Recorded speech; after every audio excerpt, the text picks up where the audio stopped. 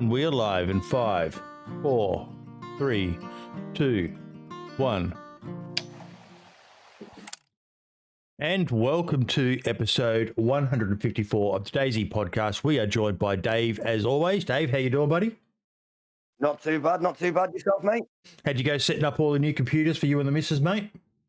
Oh, the odd few hiccups, as you expect when you're building machines. The odd one mistake or two, but they're up and running. I'm quite a pleased man.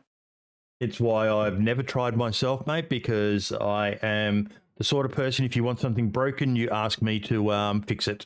I'm not good with that sort of shit, but I'm always in awe of the people who do know that sort of stuff inside and out.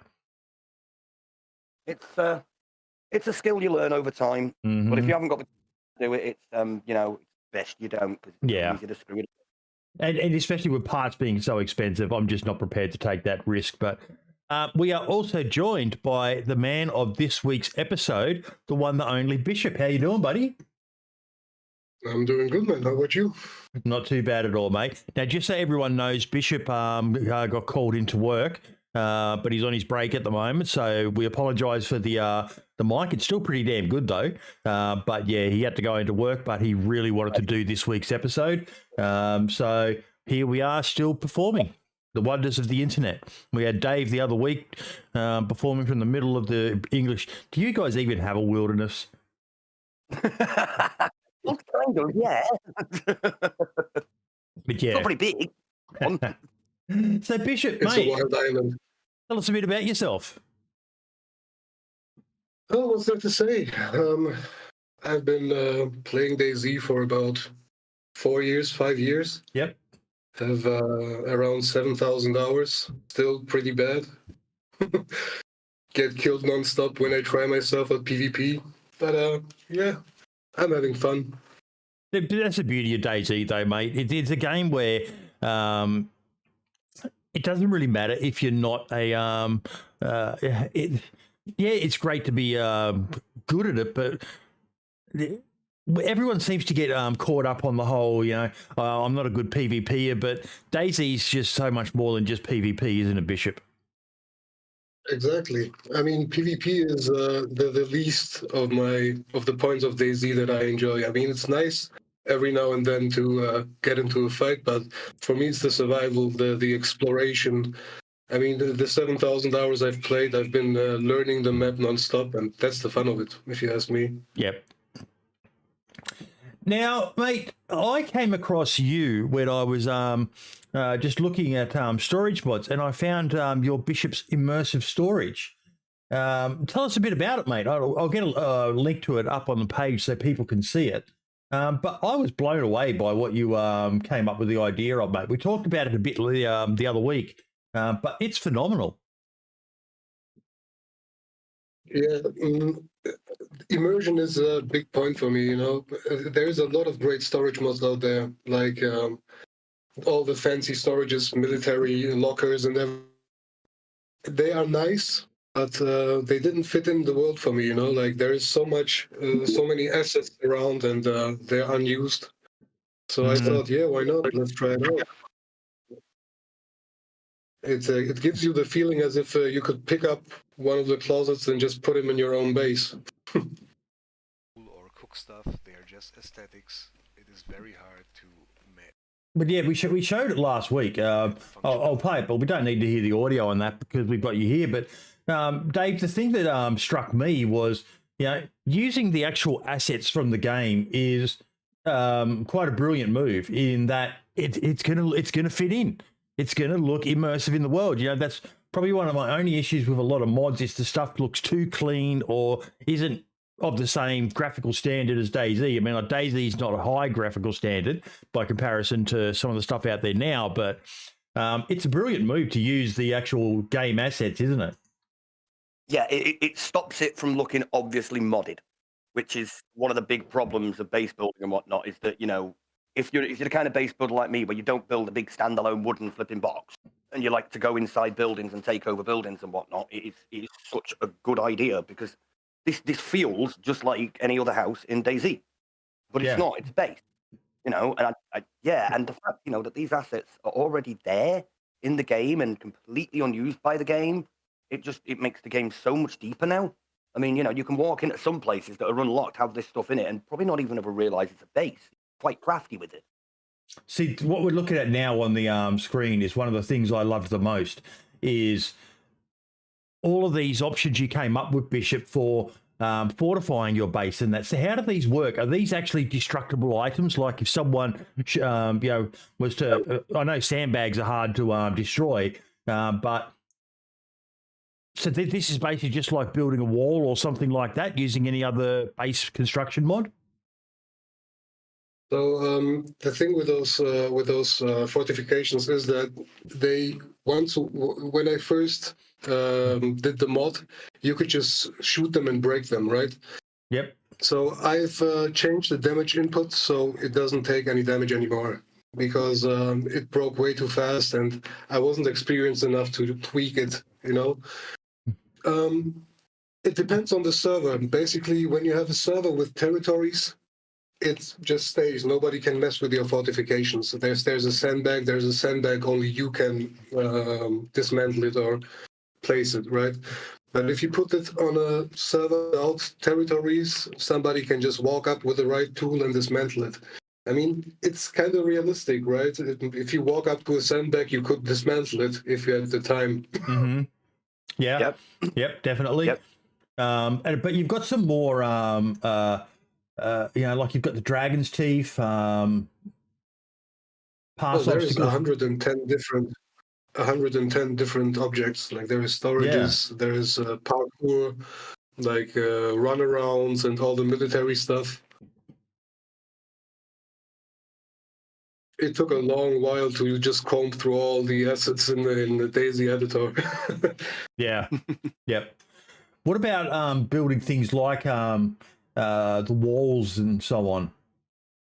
Yeah, even this is something I loved, was the targets. I've always wished that the targets were a bit more interactive. Is there any possibility of doing anything with these? Sadly not. I mean, when you shoot it, it doesn't even appear as a bullet hole. Yeah. That was really, really bad for me. I mean, I hope that it would have the chance to, like, you could really use it like a shooting area. On the server I made those mods for back then, we had like different areas set up. We had like this small industrial room which you're showing right now. We had a shooting range. We had a military compound with all the obstacles, and we would do events like jump from box to box, run through the run around, crawl through the razor wire. It was fun. So you can do basically a lot of things with it. You can make events just quickly, without using the editor. Mm-hmm. See, even things like this, Dave, I love being able to build your own sandbag pillbox. The concrete blocks, vanilla DayZ, unless you go more down the line of some of the building mods with that, that'd be hard to build. But, I'm in awe of it, Dave, that no one else had thought to do this yet, that I'm aware of.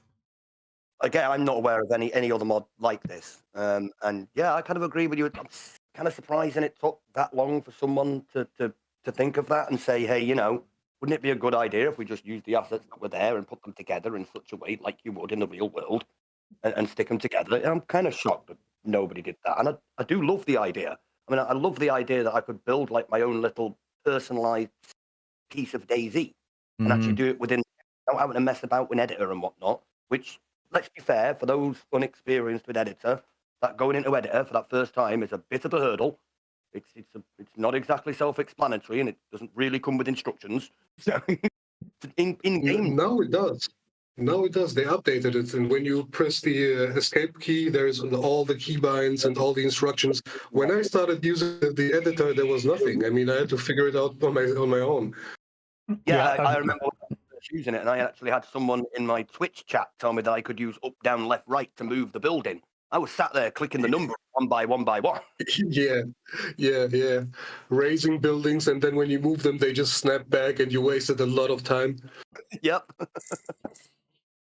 See, even it's a great mod though. Even the things like the workbench, I've seen some. There are some really good workbench mods, but Yeah, just using the actual assets that are there, like, and you can attach the chests and everything. Now, have you done it so that these items are visible when you attach them, or just you have to actually go and open your inventory tab near the item to see what's in it?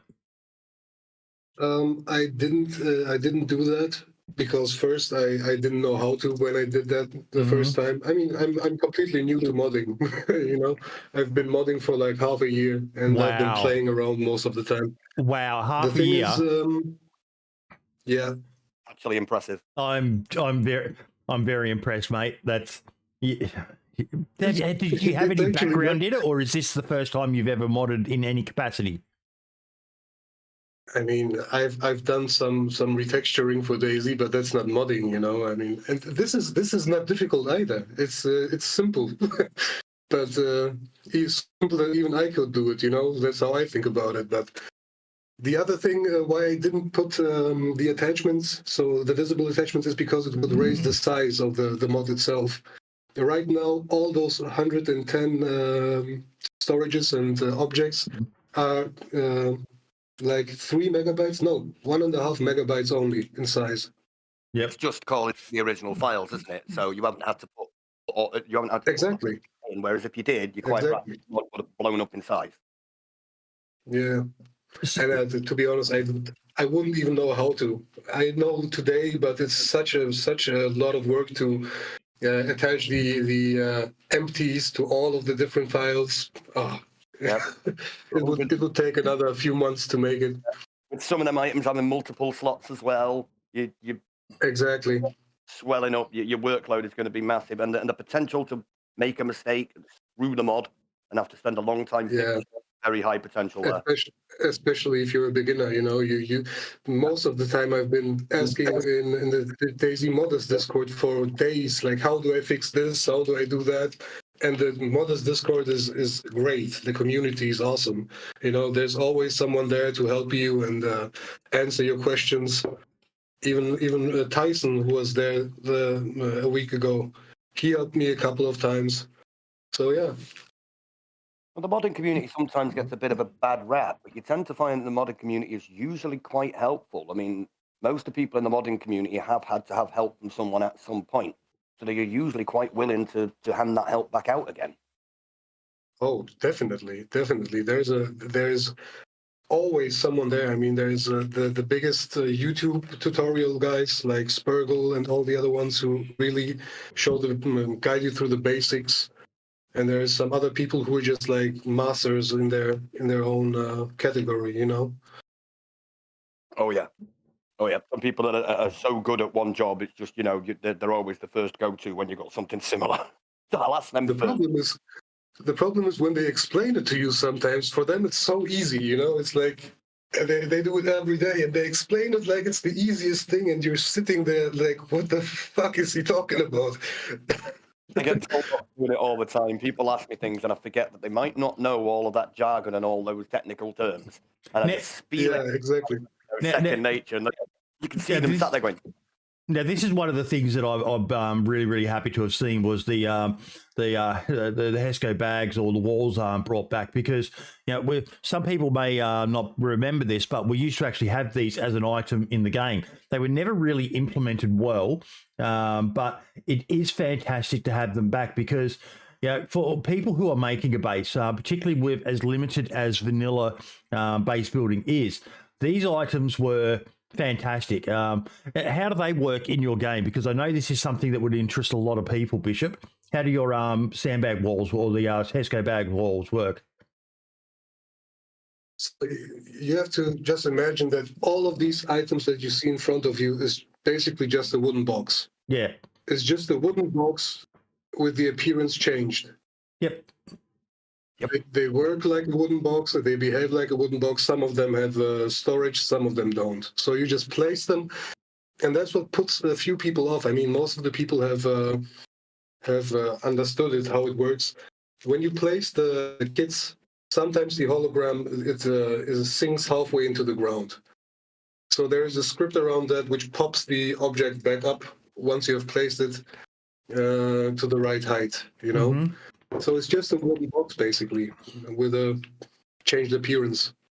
But how do you actually craft the what do you need to make one of these? You just need the kit. All of those come in a kit. The kit looks like a wooden box as well.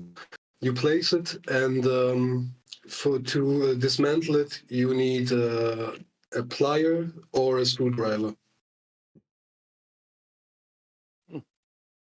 I'm kind of surprised that Bohemian themselves didn't bring the box back, because it wasn't long after they removed it that something very, very similar appeared in a lot of base building mods. Mm-hmm.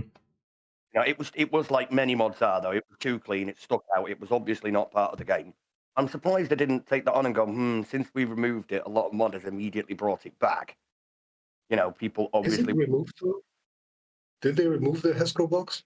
I think they removed the one... You can't find them anymore in the world in Vanilla DayZ. They're probably the model and all the information is probably still in the files, but they haven't been used for quite some time.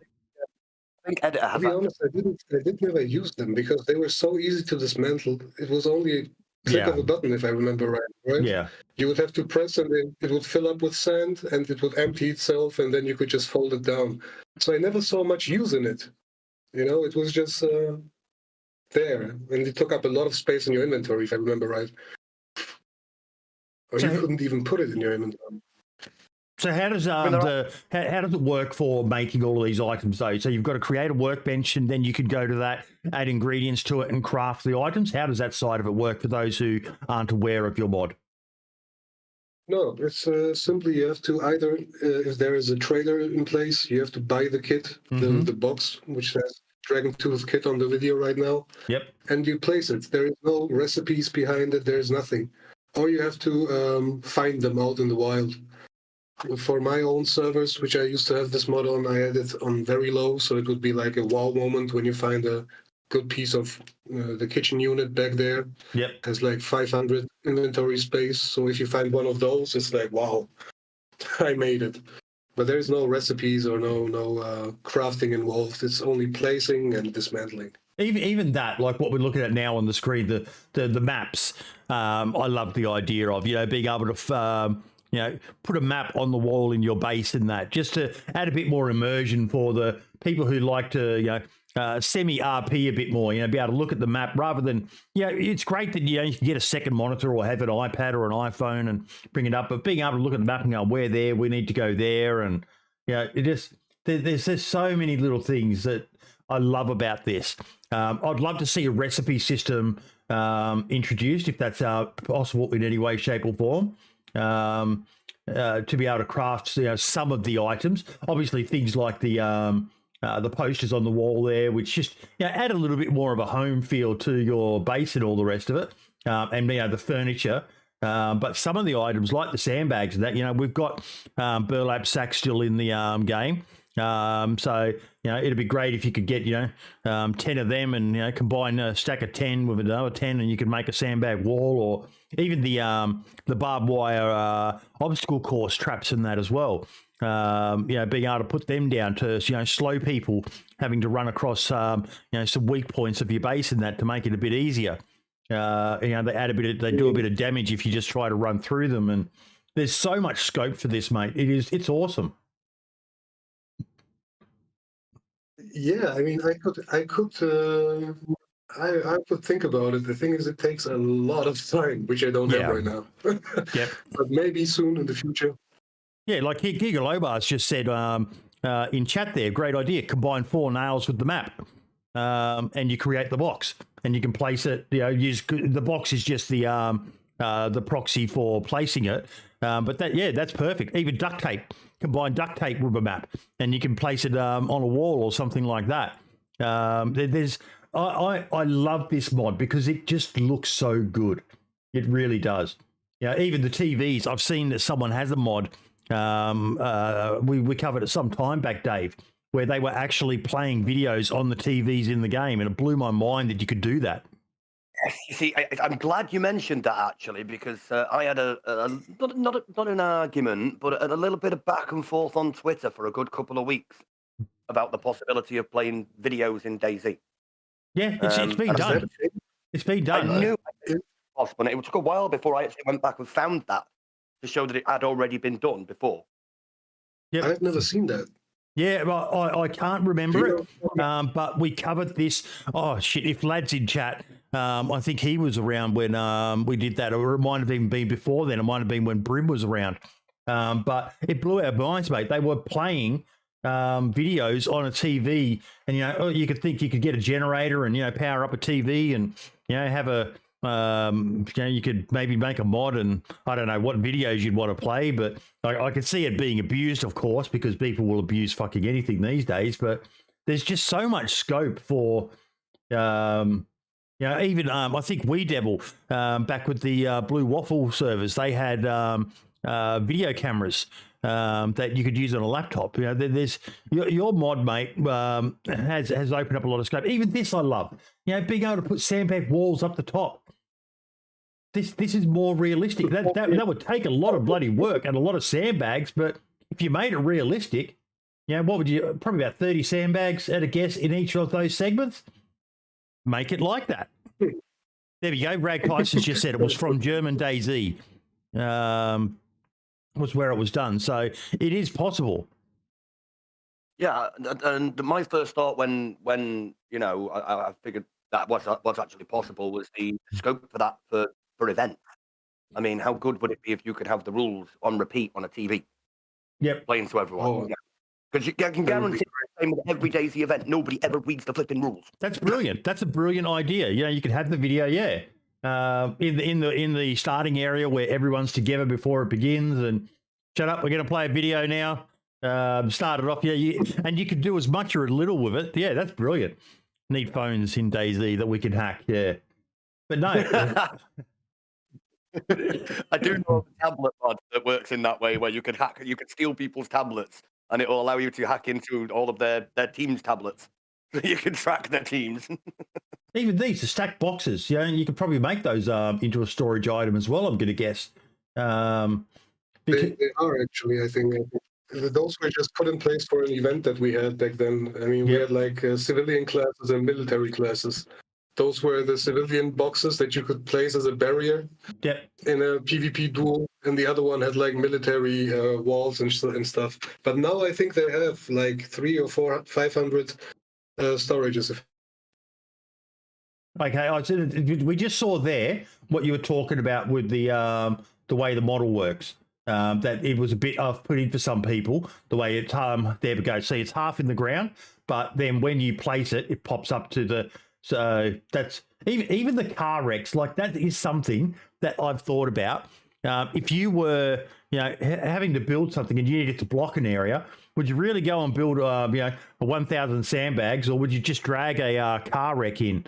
And use that to block it onto the roads out the front of your base to make it so they have to serpentine their way through, the old zigzags. That's brilliant. I love it. My favorite item in all of those is it's funny, but it's the curtains. If you have seen them, yes, there's two kinds of curtains. Man, I loved it when I found those. They were really deeply hidden in the files, and I found them, and I was like, wow. There is curtains in this game, man. Sorry, the amount Dave? of things that's files, though, that a lot of people don't know there. I mean, the first time I started digging through there, I was pulling things out, and I'm looking at the name. I'm like, I swear that's not in DayZ. I've never seen that, and I had to do my homework. Go, no, this has never actually been in the game. The thing is, the names don't always are right. It says something and it's something different. They're actually files out from what they are as well. You end up opening up the texture files and the P3Ds and trying to look at the rough shape of what it is to figure out what it is. Exactly. Yeah. Oh dear. So much scope for what you can do with this. I love these sandbag barriers because there is, that item in the game. The sandbags and that, and it would be a couple of planks even to make some of those, because you can see like you got the little firing ports or vision ports through them, and the dragon's teeth to make it a bit harder for someone to drive right up to your base and so on. It's a brilliant job, mate, that you've done here with this. And as we talked about this last week, Bishop, some of the items you've got, it's so well done because people are so used to just seeing these items that unless they're a really hardcore, thousands of hours player, most of the time they get to see these items and think, oh yeah, that's just a vanilla item. I'm not going to check that to see if it's got anything in it.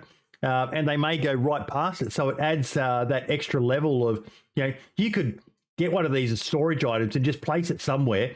And most people are going to, you can basically do the stashes by camouflage rather than by, having dozens and dozens of walls. Just go and get a box kit and place it somewhere. And most people are just going to ignore it because they're not going to think that that's a storage item. Yeah, exactly. That was one of my first thoughts was, do you know what? I'd have this on a server that doesn't allow base building. Because, one of the first things I'd do is go into one of them houses that doesn't have the refrigerator, and I'd place the refrigerator where you'd expect to see the refrigerator, and I can guarantee most people are never going to look at it and check it. That's now a nice little sneaky stash. I can have one in every other bloody house if I wanted. And he's got it so that you could, oh my God, you've even got the sheds in that as well. That was a different mod. That was the showcase for a different mod I was working on. Yep. But even the concertina walls, that's always annoyed me. Sorry, when I say concertina, barbed wire. So, you get, say, 3 or 4 stacks of barbed wire and you can make a barbed wire fence. Barbed wire fences are not easy to get through. I know this firsthand. The military still use them for a reason.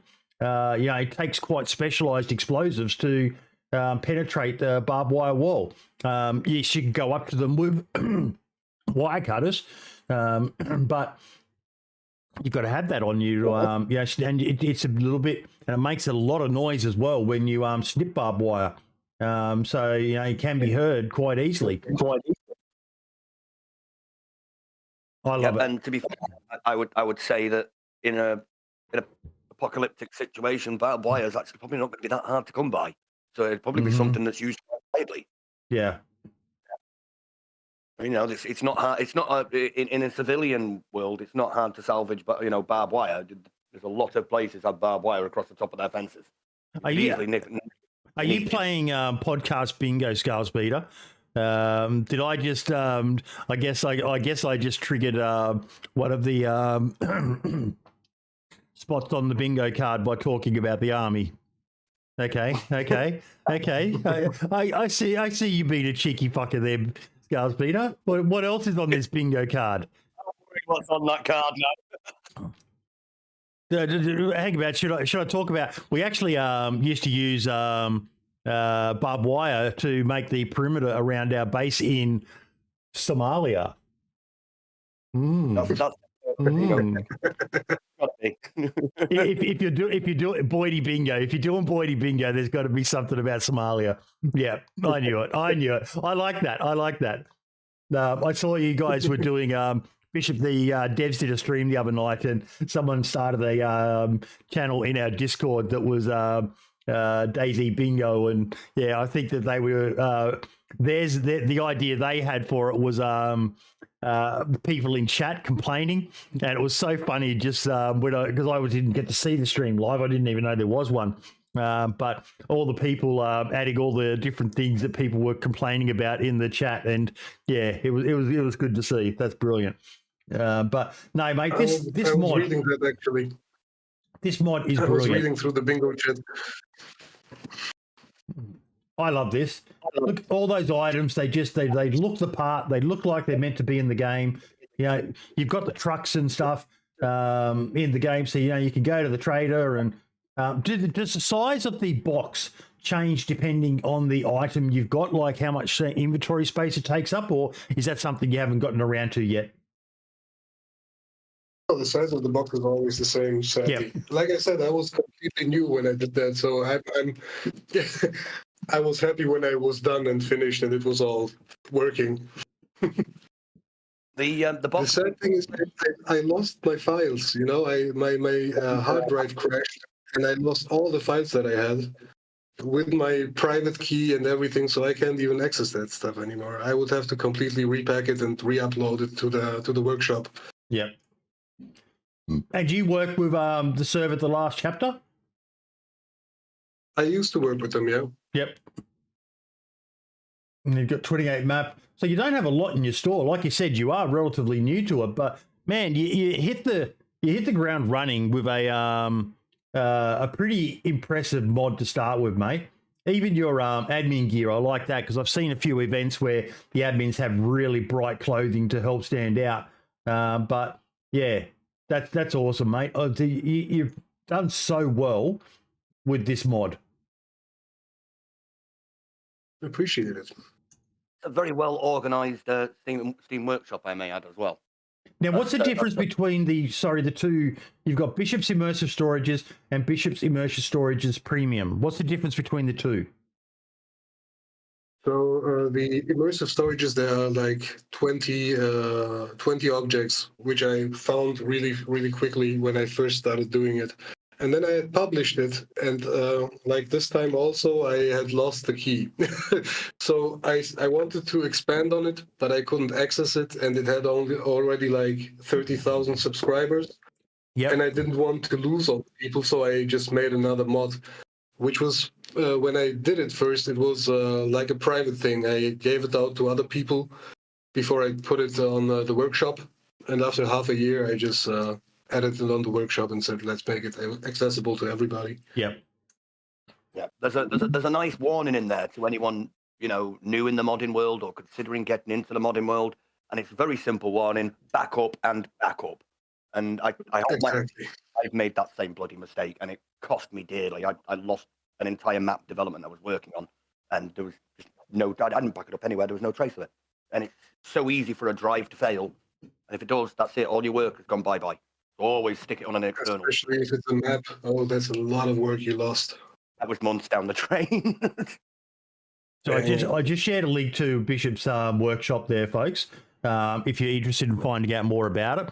And yeah, bloody awesome work, mate. Bloody awesome. For someone who's completely new to it, as you said, and you did something that I'm certain others have thought about, but they just never got around to doing it. Darkwing saying in chat, back up on separate drives too. Yes, agreed. Yeah.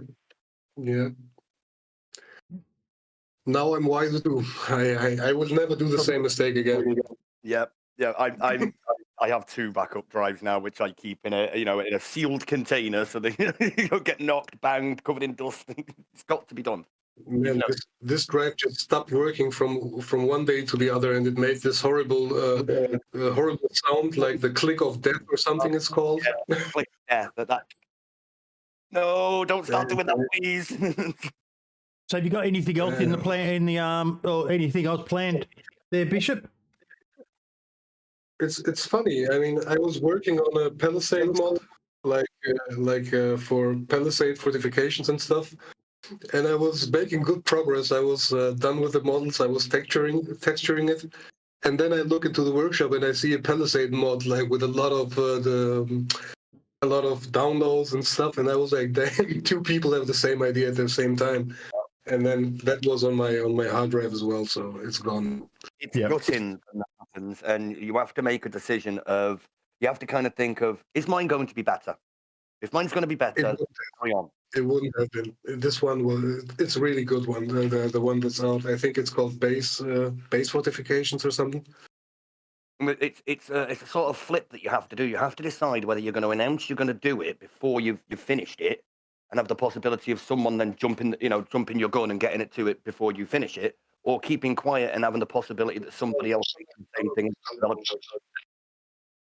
I don't think that was the case, actually. I think we just had the same idea at the same time, and this person was just a lot faster than me. More experienced and got it out there quicker. Which I couldn't have done it better, so I use his one as well, and I like it.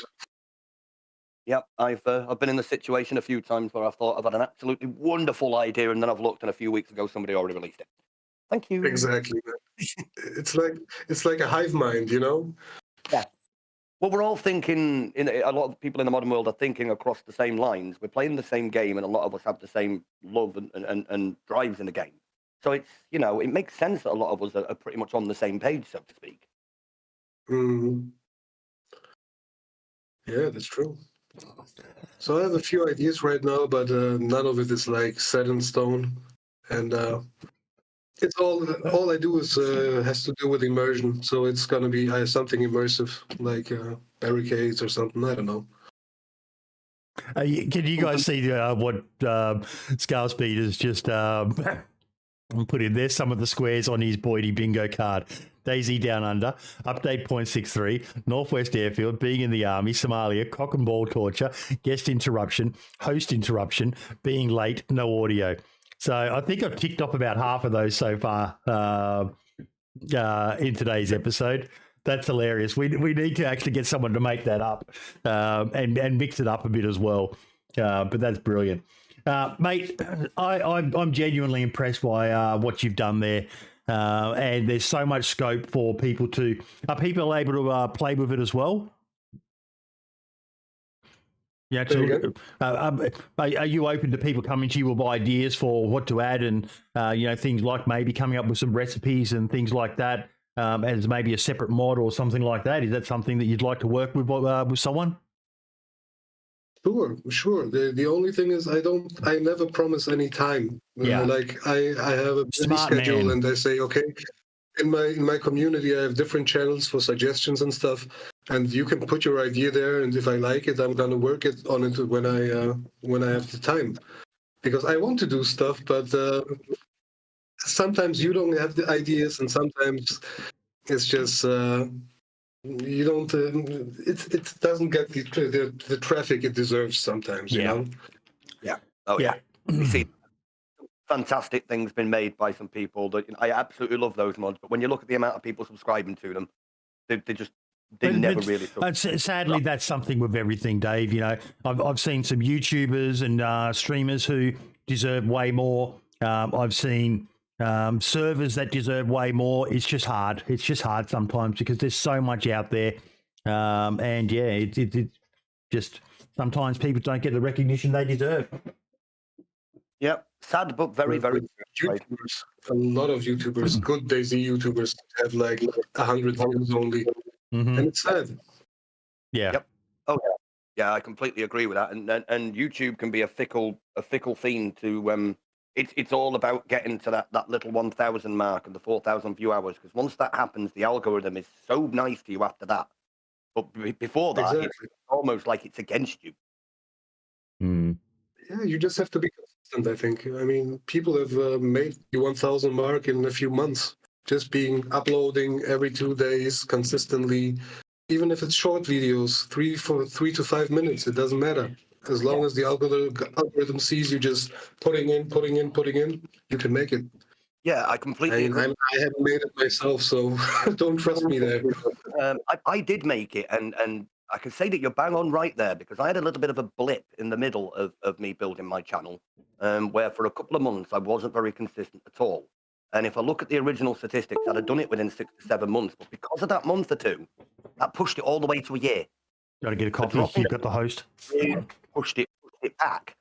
And, it wasn't until I'd not been consistent for a couple of weeks that I suddenly started to notice and realize and went, oh my, right, okay, I'm messing up here. Get focused, get back on it. I know it's a grind when you're early like that, because you're not really seeing anything back from it. You're questioning yourself every minute about whether you're doing it right. But yeah, do you know what? When you actually hit that and you see it start to gain traction, the feeling is flipping amazing. It's just, and when you're going from, I used to clock 10 to 20 subs a day maximum, and you're clocking, you're clocking well over 30, 40, 50 subs a day. You sit there and sort of, what's that word? Feel a little smug. 10, 20 subs isn't bad also, man. It's like 200 subs in 10 days. It's great, if you ask me. Yeah, that's actually quite impressive. It is. You're not going to grumble. I mean, I know YouTubers that do decent content. They're pretty good. They're entertaining, but they've got 100 and something subs, and they've been doing it for absolute months, and they're just not gaining traction. But like Boyda said, there's so many out there. There are so many YouTubers. There are so many streamers. It's a really competitive market. The number is growing day by day, and a lot of people are doing the same kind of content, but it's enjoyable to watch them. You know, they have the energy, the right energy. Everybody can play. I can run around the map and do stuff. We're all playing DayZ, right? But they have the energy and they have the skill to cut the video and edit and stuff like that. Yeah, And they deserve it, to be honest. Yeah, and a lot of the bigger YouTubers and a lot of the bigger streamers do deserve to be where they are. They've put a Definitely. lot of effort. They do have that natural skill. They have that natural skill to be entertaining. Mhm. And I kind of argue that it is actually being entertaining is a bit of a skill. I think it's a skill you can possibly learn, but it is a skill because I think it's a talent. It's a talent to have that in your genes. You know, like you cannot learn to be entertaining. You may get a few laughs here and there. It's like learning to be a stand-up comedian. I don't think that's how it works. You know. No, I agree with that. I think that's built into you. You know, one of my favorite comedians, Lee Evans. I don't think anyone could learn or fake to be like Lee Evans. He's naturally like that, naturally funny man. I haven't watched him, but I'll check him out. Oh yeah. You'll find him quite amusing. He's got so much energy. He looks like he's drunk an entire case of Red Bull. I used to watch Louis C.K. Man, that guy had dark humor, man, and he's funny dude. I always argue that should be allowed to cross pretty much every, not line, but every subject. Nothing should really be off the table when it comes to comedy, because the whole point is you're not making fun of that subject. You're just putting out the parts that are actually naturally funny about it. Exactly. I mean, I've seen clips of people getting really upset in like stand-up bars and like attacking the comedian. I was like, dude, chill. Yeah. You went there in expectation that this guy would roast people, and now that he roasts you, you're getting mad about it. Yeah. Well, what the fuck did he go to see a comedian then? Exactly. What do you Go think watch a gangster movie if you want to be gangster, you know. I don't know. I was listening into you guys then as well. It's you learn over time. You learn what works, what doesn't. You see, you guys were talking about comedians and that, and they're always trying new jokes to see how their audience partakes in it. So you can learn it, but for a lot of people, it is just natural how they are able to work with their audience and that. And it's very, very important. We keep on talking about this, that even for modders, that they they've got to get stuff out there showcasing. And if you find mods that you like and they've done the right thing, like Bishop's done, where they've got a video up showcasing it, make sure you share it. Send it to people in your Discord. Send it to the hosts of your favorite servers. Show them what's out there. Get people talking about it, because there are some of the content creators out there who do showcase. Sadly, mods like this are kind of not too popular with a lot of content creators, because there aren't a lot of them, especially the streamers that play on servers with bases. But that's only one part of how people play DayZ. There's a lot of servers out there that do love bases. Bases are integral to DayZ for some people, and the more this sort of stuff gets shared, how many views have you got on that video? Let's go back to it. I don't even know. What's on YouTube? Only got 687 views.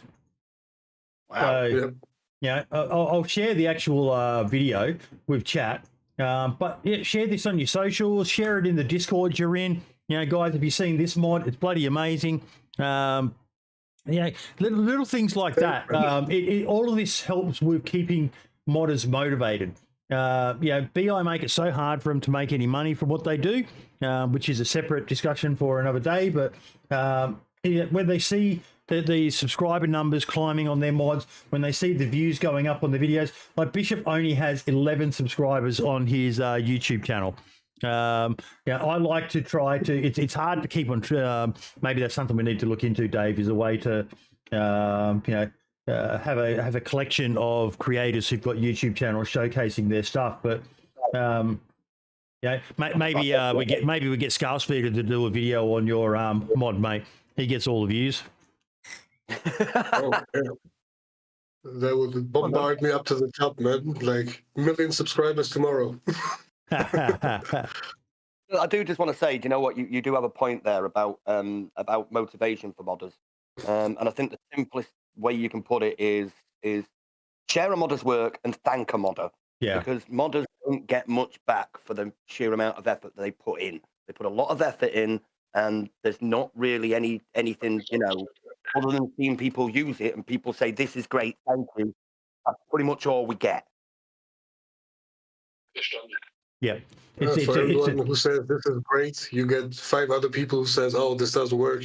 Yeah, I was about to I have a say problem that. Yeah, with this and that. usually the only interaction modders get with the DayZ community is fix your fucking mod, which is Exactly. such an entitled attitude. But The word fix your mod, and it's not the mod's flipping problem; it's theirs.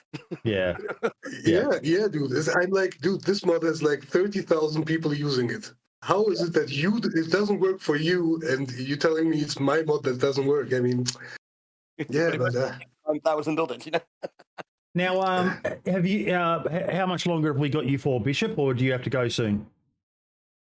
Around 25 minutes. Okay, around 25 minutes. Is there anything else you want to cover, mate? Me? No, Yeah. I'm going with the flow. Awesome. Awesome. Okay, so we will move on with what we've got for the rest of the show. I want to cover something. Let me find it. I think I shared a link to it in chat.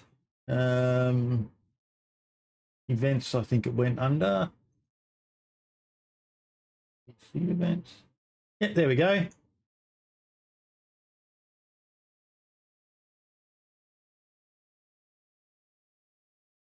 Oh, yes. The LGBT plus community is doing a Pride DayZ event on June 24th. I don't know much more about it. If they've got a Discord or anything, there's nothing on the tweet made by Rackaroo. But I think it's a great idea. Seems to be all the rage at the moment to do something like that. So I even think it was quite clever, the redone logo that they came up with, calling it GayZ. June 24. I thought that was quite clever. GayZ. Yeah. Okay, so it's a nice little play on words. I think that's clever. I love it, Yeah. dude. I like the wordplays. I'm really pleased that this went ahead, because without accident and another bloody fire, there's been a lot of backwards and forwards between different communities, and especially over the old LGBT thing. And I think 99.9% of it is unnecessary, and some people just need to bloody grow up. But without touching too much into that, I'm really happy to see this. And what I'm more happy about is you don't have to be LGBT or homosexual in any way to be a part of this. I'm one of the admins for this event. Good on you. Really proud. Oh, you are. Yeah, I'm really proud to be one of the admins. And Nice, no offense, I'm not homosexual. I live with my wife. By the way, they do have a Discord, which I've just sent to the podcast chat for you. It's running under Rackaroo's Tenderooni's Discord. Yep. Okay. So we've got that for you to share as well. But I think why not? Because you know what? I'm kind of sick of people getting really opinionated about something that 99.9% of the time actually doesn't affect them in any way, shape, or form. They're just, you get opinionated for opinionated's sake. So I mean, live and let live, dude. Yeah. It's not my problem what anybody does with their own lives. Everybody has, We won't get into it though. We're just here to promote the event, and to wish them all the best of it. And I think it's great that they're going to do that. I am aware that there was some absolutely fucking terrible comments made on that. Get a fucking life, folks. You can discuss stuff, but you can still do it civilly. And not have to make some of the vile things. Something else I do want to shout out though is Madgri finally got partnered over on Twitch. Hey, well done. That's not easy. Twitch is a bit of a. Wasn't she on the show also? There she is, right there. I've got to ask, because it's something that bugs me each time when I'm looking at Twitch streamers. Did you get partnered first time? Or did you take several attempts? Because it seems that with Twitch, most people get denied on the first application. I think I think a lot of people shouldn't go public when they're applying, because it's well known that a lot of people get knocked back the first time, and it just breaks your heart. You know, if you're depending on how your ego is, you're going to get embarrassed and all the rest of it if it doesn't go through. I think just make the announcement when you get partnered, and then tell the story and say it took me 3 times of applying, but I finally got there. Or hey, got there. No one seems to understand fully how it works. They knock back some people who are amazing. They knock back, they let people through who you go, how did that one get through when the other one didn't? It's just, it doesn't seem like there's any, quantifiable way to guess other than those weird little charts they have that once you complete them all, you've still got to reply. It's like, I'm either there or I'm not. It always concerns me how they seem to break people's hearts. They're all grinding to hit all of those metrics that Twitch says you have to require, and then they do it, and then they get crushed by being told, no, you're still not good enough. And it's like, what? Come on, man. Yeah, because that's how it's going to feel for them as well. It doesn't matter how they word it. That's how it's going to feel for them. It's going to feel like, I'm not good enough for this. And that's not a nice feeling to have. Yeah. Which is 100%. a weird way of handling things, like partnering people and banning people also. I mean, they ban people for the weirdest reasons, and other people, they get to stay on the app and do their weird stuff, I actually have a little bit of a weird story about that. A good friend of mine, Legends of Mythos, had a medical incident on stream just somewhere about a year ago, and he had a seizure on stream. Yeah, I remember that. Yeah, who was that again? That was Legends of Mythos. He's a really good friend of mine, and probably one of our most prominent legends. And he had this seizure on stream. He'd never had a seizure before, so no idea it was anything like that was going to happen. And when he came back out of hospital, he come back to find that his channel had been removed, and they'd removed him for self-harm. For what? Self-harm. For self-harm. Self-harm, yeah. Eventually, they gave him his channel about a week or so later. Fucking hell, man. All of his old VODs, all of his old clips and everything gone. And it's like, well, that wasn't him doing something wrong. That was a medical incident, and a medical incident like that can happen to anyone at any time. Are you saying, if something like that happens, all of your hard work and for what some people is a living and a business is going to disappear off the end of the cliff? As if it wasn't bad enough that the guy had a seizure. Yeah, if it wasn't bad enough, he's had a seizure. Now he's being told you're not going to be able to play video games for anything up to 6 months plus. You're going to have to look after yourself. Can't go to work. Oh, and by the way, you're not even allowed on Twitch. What? Wow. I mean, if it was good. That's sick, man. That's really disturbing. Yeah, and you've got other people that are doing, blatantly things that go against terms of service. And exactly. yet, allowed to slide through. Oh, we'll give them a warning. What? Because those people, they bring in the big number of people who watch them for their weird videos. And the other guy who just streams playing whatever he plays, he has a seizure and he's expendable, Only got 50, 60 viewers, not bringing anywhere near as much as those big boys. So, you're expendable. Yeah, it's sadly, that's the business world of online streaming and making videos. Mm-hmm. Yeah, I suppose if you're not making them the money, you're not really their main interest, are you? Of course, I mean... And it's sadly true, but that's the whole argument that places like Twitch should support the smaller streamers better. Because although that smaller streamer isn't making a lot of money, I bet if you put all the smaller streamers together, they're still making Twitch a substantial amount of money. Definitely. And you want to be able to say that your platform has more streamers than any other platform, don't you? It's an absolute shit fight what's going on with all the different streaming platforms and all the rest of it. All I can say to a lot of people is just look around, work out what your options are. I multi-stream for a reason. I had to hand back my Twitch affiliate and for that, but that doesn't bother me because we're doing just as well over here on YouTube. If Kick is your thing or if Rumble is your thing, get out there. There's not just them. There's other platforms out there that you can stream on. find out what works for you and do whatever you're comfortable with doing. Me, Kick isn't for me, just the backgrounds of it.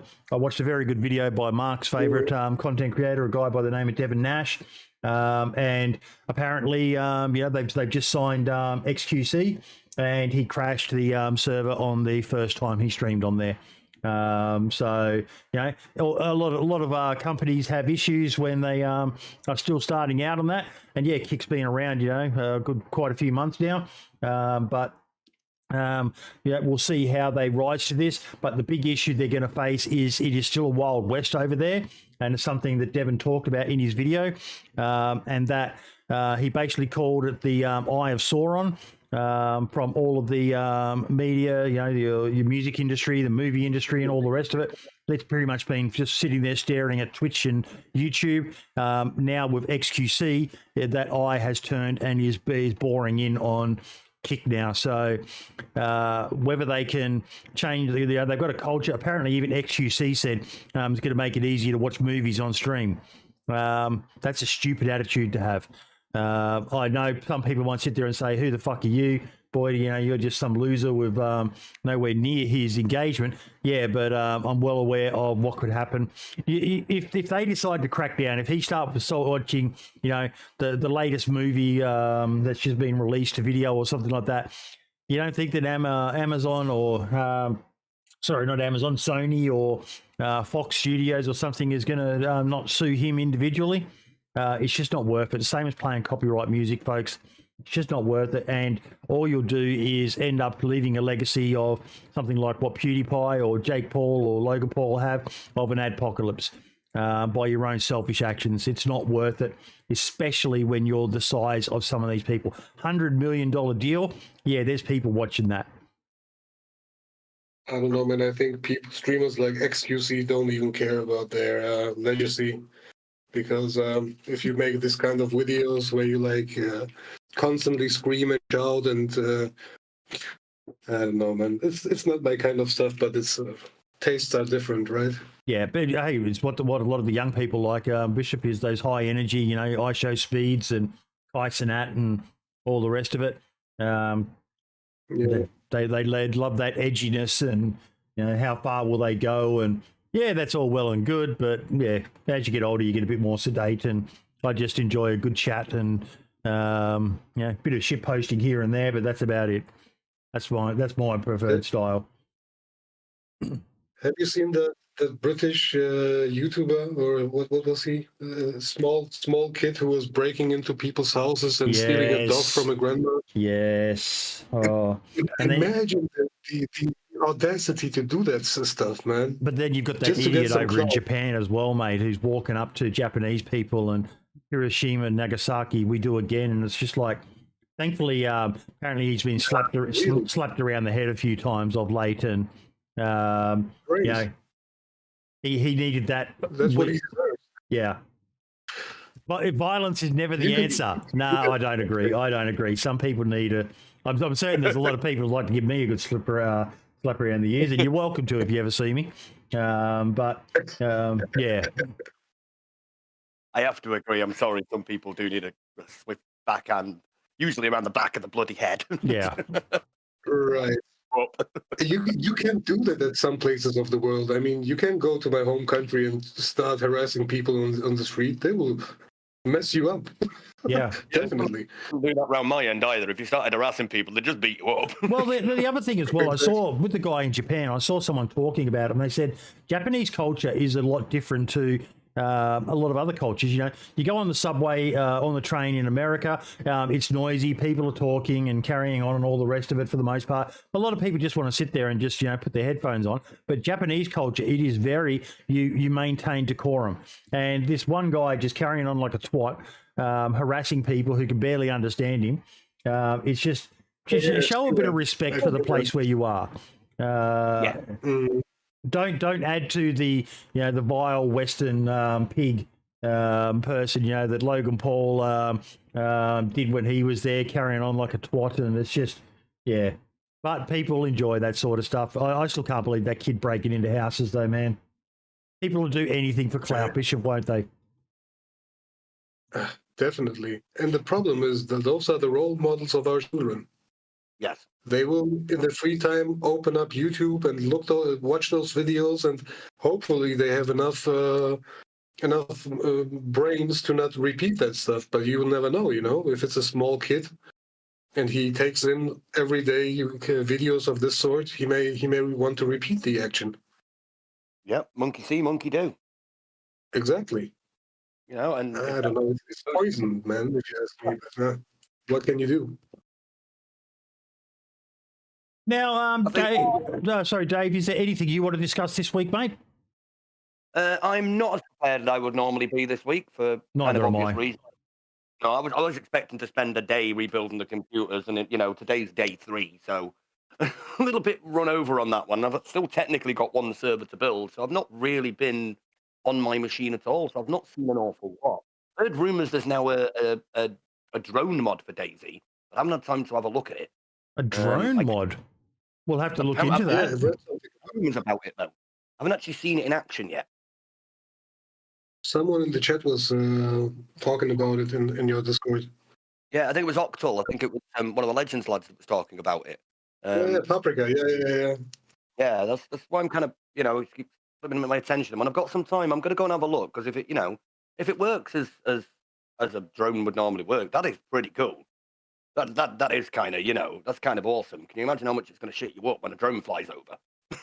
Oh, I loved it when they added the drone to Rust. Man, that was a good addition. I can't get on with Rust, but it's purely the graphics I can't get on with. I mean, I like watching it. Some of the good content creators, but I've tried playing it a few times, and I'm not that good. I get killed every 2 meters, and every 10 meters. Exactly. But it's only because I'm playing on my laptop, I swear. If I was on my rig. Tell you what was the laptop? It's always the laptop. Always blame a lack of power. Here we go. Yes, I think I found it.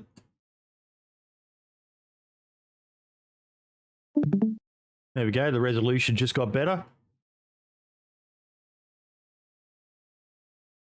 Oh, so he has multiple drones as well, not just a drone. That's a big box for a cargo drone kit. Oh, so this is the Amazon drone then? Yeah, that's your Uber Eats drone. Oh, how much do I carry things? This looks amazing, man. Wow. Show where the drone is on his screen. It's going to open like a mini map, isn't it? Like a GPS tracker, I think. If so, that is flipping cool. Dude, the model of the tablet looked so nice. He's done a really good job at this. Mm-hmm. So you can pack them back up as well. Nice. There's some great models out there. They all just cost a bit too much, if you ask me. There are free models, but yeah, I have to agree. Some of the models that are not free are quite bloody expensive.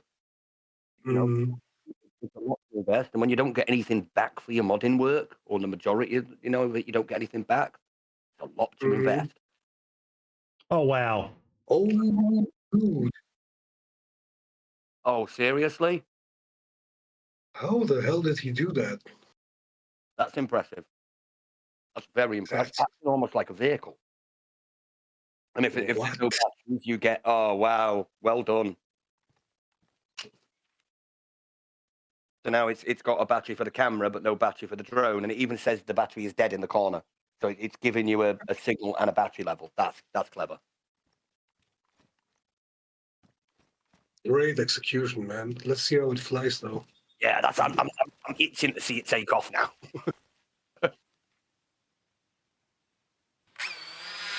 And it makes the noise. Okay. Wow. Oh, that has won the internet. Damn. Okay, that is awesome. That You can is send them out for your day. You can help places out before you go. You can even have one of your mates running the drone. Wow. Look how steady he flies. Think of this for event. It completely changes the shoutcasting. Okay. I'm going to ask a question. One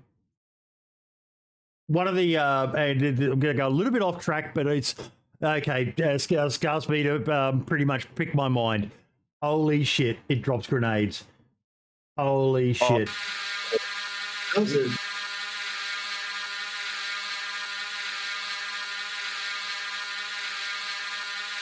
Look how far it can zoom. That's amazing.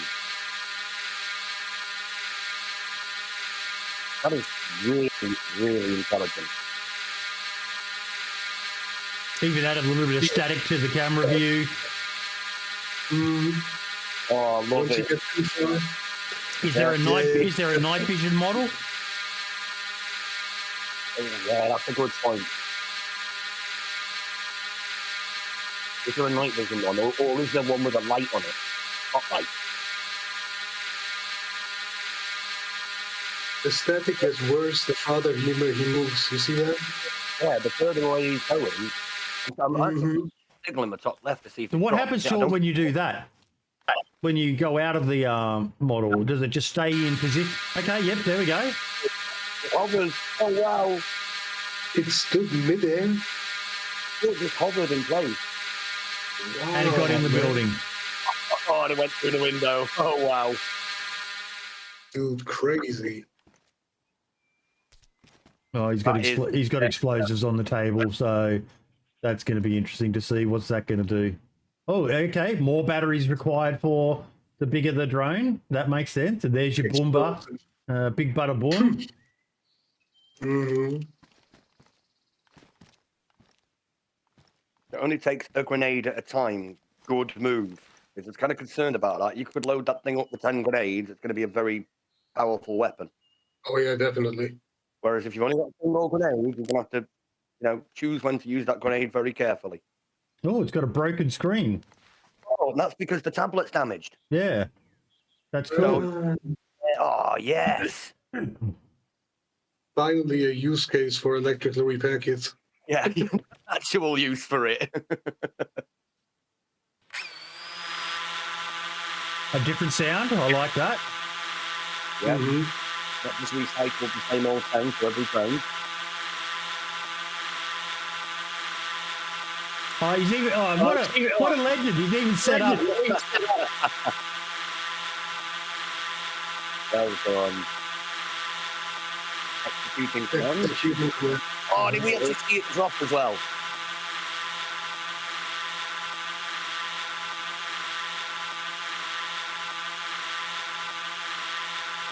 So you just drop a gas grenade into someone's face, smoke them out.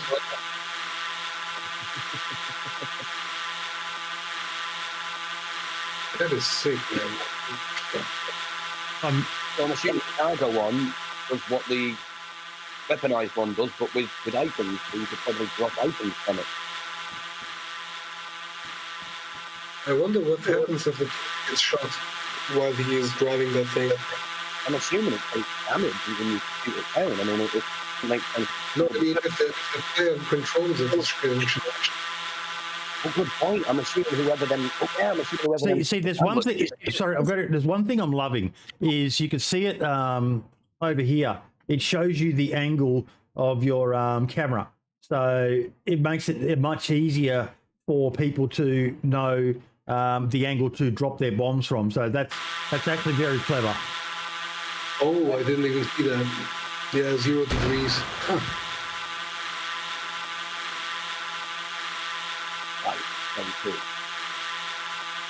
Yep. Wow, man. I have no idea how he did that. That's so impressive, isn't it? It's fascinating, man.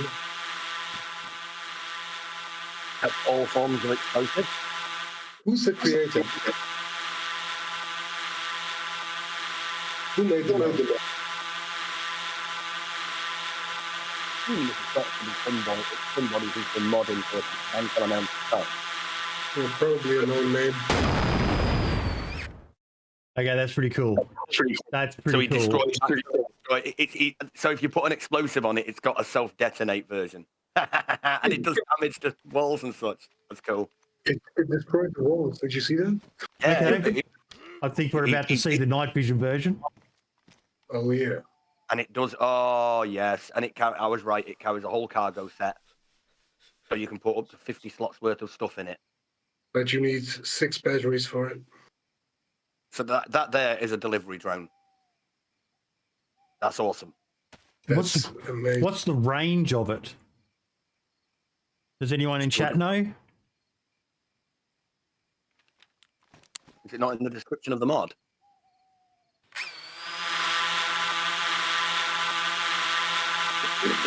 Yep, there's your NVG mode.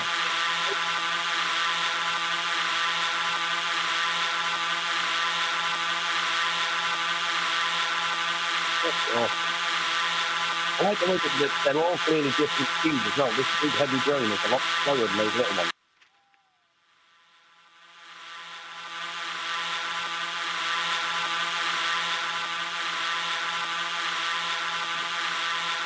The plate at the other end is got to manually remove the item from it. We've got to literally deliver it to someone.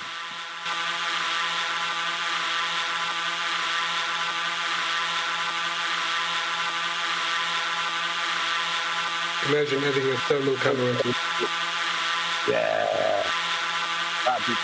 That might be a little too overpowered. I mean, if you would have told me yesterday Oh, there would be a drone, Okay, so sorry, someone just said in chat then, top left shows signal strength. So you can see it up there in the top left. So you're getting an idea of how it works for you. That's amazing. That is, I'm genuinely impressed. I will share that with folks because on a personal level, I've got to say it amazes me what people can do. But the whole drones thing it scares the shit out of me as a soldier. That we're basically using tech like that, and the footage that you've only got to go to Twitter and you can see some of the footage of how effective these things are. It's fucking scary. Imagine dropping pox grenades onto people in the game. It's wow. I'm genuinely impressed. Again, yet another example of someone who automated turrets. Oh yes, now that one's been around for a while now. What? Yeah, it can be set between player and NPC as well.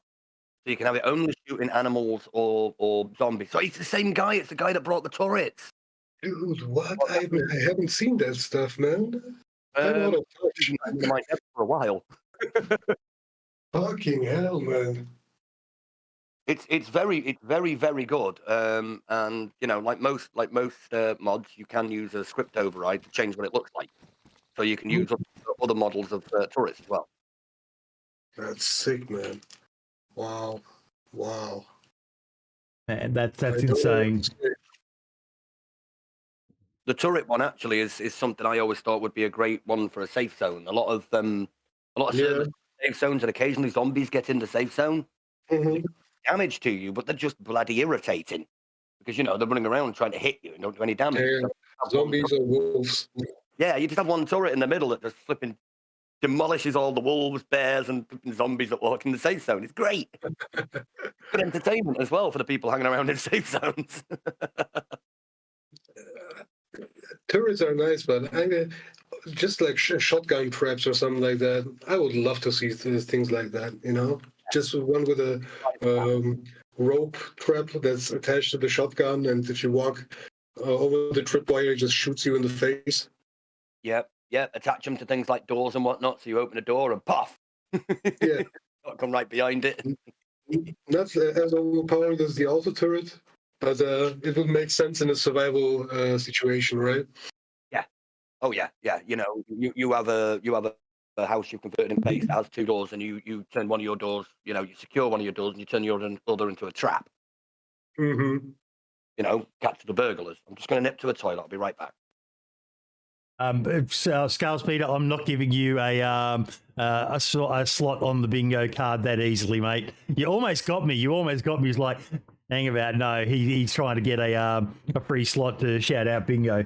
I'm not saying the name. I will say it when it is warranted. Vigilante Gamer. I can't help but plug that guy. He's a legend. But yeah, mate, that's amazing. You know, like Bishop, we found you just the other week. You know, I wasn't even aware that there was a turrets mod. There's just so much out there. So much. And like Jimmy is saying, they're more DayZ trap-based potential, please. Bloody oath. It's one of my biggest gripes is that it is so hard to defend a base in DayZ. If you're not online and you get offline raided, there's nothing you can do to defend your base other than just by building barricades and so on. And that's why I love what you've got with your mods. You know, you should need the right tools to break down some of those things. You know, if you were to use pliers on sandbags, that ain't going to work. But if you were to use a shovel or a pickaxe or enough explosives, that's going to work on smashing through them. A well-built sandbag wall is very, very effective. And they're bullet sponges as well. It takes a lot of bullets to destroy a sandbag wall. You'd have more luck destroying a wooden wall, even a metal wall, than you would with a sandbag wall because they're perfect for it. I mean, if you wanted it to be realistic, you would don't need any tools at all to dismantle a sandbag. Yeah, you go up and you just undo it by or pull it apart by hand. But yeah, that's risky though because you're going to be sitting there one at a time moving those sandbags. They're pretty sturdy. They are, yeah. Wow, that drone mod, unbelievable. It would be a nice start if they would add just roofs that you could build. I mean, it's difficult to defend the base when there's no roof on your base, right? Mm-hmm. Yep, just having watchtowers and fences is like the worst idea I've ever seen in a survival game. Yeah. And it's I think why many people who play base building tend to play ones that have got modded base building on it rather than vanilla because, like you said, it's not easy unless you're securing a building. It's not easy to defend your base because you can't secure buildings on vanilla. I mean, it's really hard. It's really, really hard if there's no CFG gameplay modified, or if you don't have build anywhere on. Have you tried building on some of the buildings or placing a wall? The amount of times, the amount of times I've had to go to an admin because I've placed the gate, built the gate, put the lock on the gate, and the lock's in the wall. So I can't. Thanks, I'm locked out my base. Can an admin come and delete the wall so I can try again, please? Irritating. You know, by the time you build the base, you get that one gate in. You block the windows up and go, I'm not building anything else. Screw this. It's too much of a pain in the backside. Man, we all forgot how difficult it was earlier when we started playing DayZ to gather all the stuff. It took a week sometimes until we had nails, pliers, shovel, a saw, a hammer. Yeah. And then you could walk around for days, and then when you just found the last piece, someone popped you in the head, and you have to start over. Or you spend all them weeks building it, and some kid that spent 3 hours duping items comes and drops a plethora of grenades around it, and goodbye base. Man, when I started playing DayZ, there was this there was no community servers, and there was this weird thing that if you changed servers, it would respawn you on the other server in the same space, right? Yeah. So you could just spawn in people's bases. Yeah. You walk up into the base, switch servers, take 2 steps, switch back, and then you're in their base and you can loot them. Yeah. And we found a way to prevent that. We were building on gas stations. You know, you build a watchtower up to that on a different server. Then you change servers, build a base, change back to go down. It was crazy. Well, I think we are done for this week, ladies and gentlemen, unless there's anything else either of you would like to add. No, we've had a pretty decent little show there. I know we've got to keep it a bit shorter as well. Obviously, you run out of time on your break. We have got a guest lined up for next week as well. We're pretty booked out for the next month and a half, folks. I'm trying to fit more people in. If you know of anyone who wants to be a guest, get them to reach out to myself or Dave or whoever. Jump in the Discord and ask. But the next guest that we have lined up is Matty Ice will be coming on to talk about the Bitterroot map, which is doing quite well. So I'm quite excited for that one. And then we'll be releasing the lineup for July. We've got 5 shows in July and some pretty good ones as well. So we'll announce that after next week's episode, but I'm actually really looking forward to that one. Individual spotlights. Bishop, what we like to do here, mate, is just shout something out. What's something that you've been impressed by the last week or so? Anything at all, DayZ related, not DayZ related, anything? Oh man, I was impressed with the drone mod right now. Same. I've got to say, that blew my mind. So there's my shout out. Dave, what about yourself, mate? Well, as I said, I'm not very well prepared this week. I have been very busy. It's the drones for me too. That was something that I was hoping to get a chance to look at before today's show. But obviously with the computer only getting up a few minutes before we started, I didn't get a chance. And I'm really glad that it's actually lived up to the expectations. Because I'd heard a few rumours about it and I was a little worried that I might go and see it and it might be a bit, well, crap. But certainly not. That is incredibly impressive. Well done. I'm going to give my shout out to a guest that we've had on the show before. Good old Ariana. Her events are absolutely kick-ass, but she got rejected by Twitch yet again. When they do things like this, it's no wonder why people hate them. But yeah, Twitch partner rejection, number 6 under the belt. That one hit harder than the previous ones. Yeah. Nice to see a lot of people giving you support in the comments. So, and yeah. Keep going, Ariana. Keep going. It's shocking because the amount that Ariana does for the DayZ community as a whole, and the amount of one of the things, and one of the things that really disappoints me is she is doing these events. Now, you look at when she runs Kings of the Castle, Queens of the Castle, and that. You look at the cumulative viewer total that she is helping bring Twitch primarily. I know there are some people streaming on other platforms, but the majority of people who play in her events are on Twitch. The least them pricks could do to thank her for, bringing all these people. I've seen some of those streams where I think Amish was hosting it, and he had like 1,000 odd people watching. Now, I know 1,000 isn't a lot per se, when you compare that to some of these people who have 80,000 people watching them. But, it's events like that get a lot of hype around even some of the smaller streamers. And 6 times. Twitch, come on, man. Yep, sort it out. And you're bang on right. I know for a fact that at least 4 or 5 of the streamers playing had over 1,000 views. I think the majority of the shoutcasters are somewhere between 500 and 1,000 views. Yeah. And then you've got the 40-something players to consider as well. You can have upwards of 10,000 views there, and the sheer amount of subs and whatnot coming through them channels. Didn't the Running Man do the last one as well? He would have had 3,000-4,000 probably watching him. Twitch got one of the things, events in DayZ helped blow Twitch up. Survivor games. There we go. I'm probably just giving another bingo card slot there. But Survivor games really blew up esports on Twitch as a platform. Getting 70,000 views and viewers and so on. I think it was off the top of my head. I may be wrong, but who cares if I am? It's just we're not talking about bloody science here. We're talking about bloody Twitch events. But come on, Twitch, you give the girl a fucking break. 6 fucking times. If she's meeting the requirements for this long, they don't really give you a valid reason, Darkwing. They just, usually it's about consistency and very vague, but they have these bars that you have to achieve. Yeah, it's frustrating.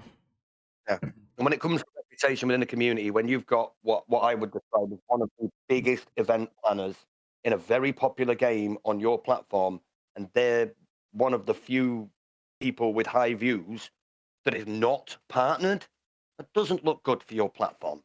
It doesn't look good at all. Right.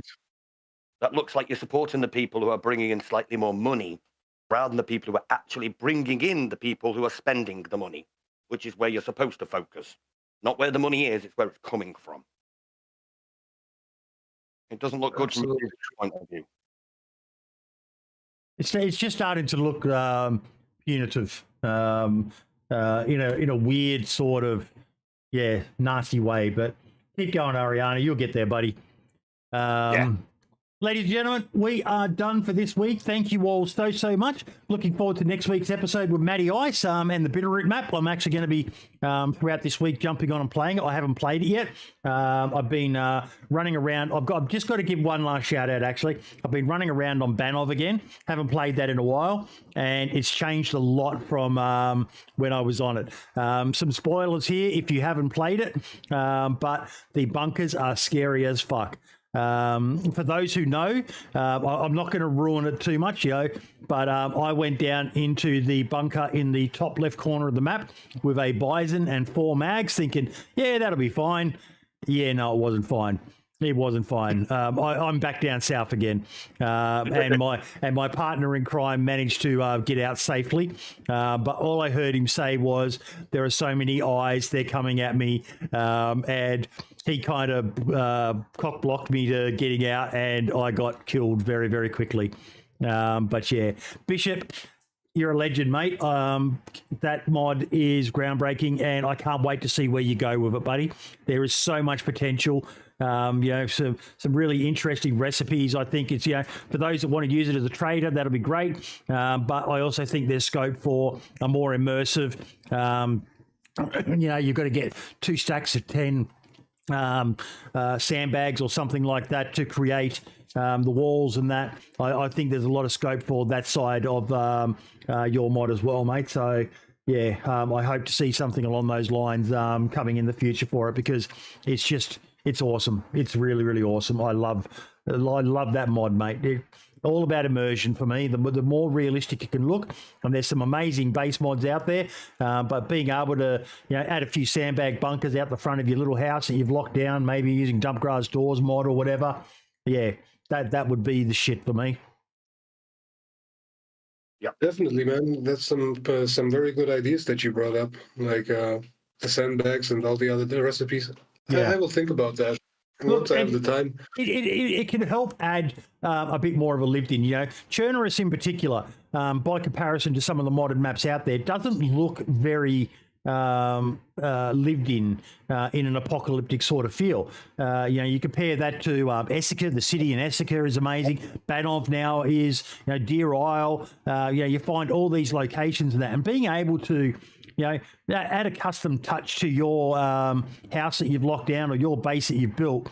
Yeah, that's gonna. It'd be great to even have models where you could sit on the furniture when you're just sitting around and chatting. I know a lot of people think, "What the fuck, boy? He just wants to be able to sit." Yeah, I want to be able to sit down. The role play servers especially would love that.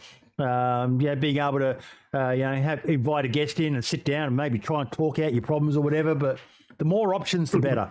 And mods like yours, mate, are what we need more of in the community, because it's just so simple. It looks the shit. And for someone who's only been doing this 6 months, my man, I salute you. You're a lot smarter than fucking this stupid old bastard.